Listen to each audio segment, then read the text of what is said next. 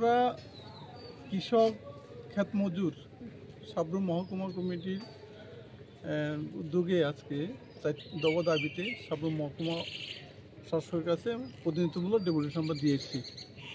এই ডেপুটেশনের অর্থ হচ্ছে আপনারা জানেন ইতিমধ্যে 4 তারিখে মে মাসের 4 তারিখ সাবরুম মহকুমায় একটা ঘূর্ণিঝড় হয়। সেই ঘূর্ণিঝড়ে ব্যাপক ক্ষয়ক্ষতি হয়েছে।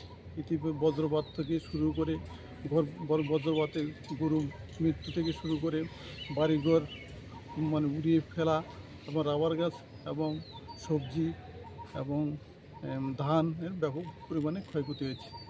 এই অবস্থায় আমরা 3টা সংগঠন আজকে ডেপুটেশনে মিলিত হয়েছি এবং মহকুমা শাসক এই দাবিগুলির প্রতি নজর দিয়েছেন এবং ইতিমধ্যে তদন্ত শুরু করেছেন। তদন্ত পরিপ্রেক্ষিতে আর্থিক সহায়তা দেবেন বলে আমাদের আশ্বস্ত করেছেন।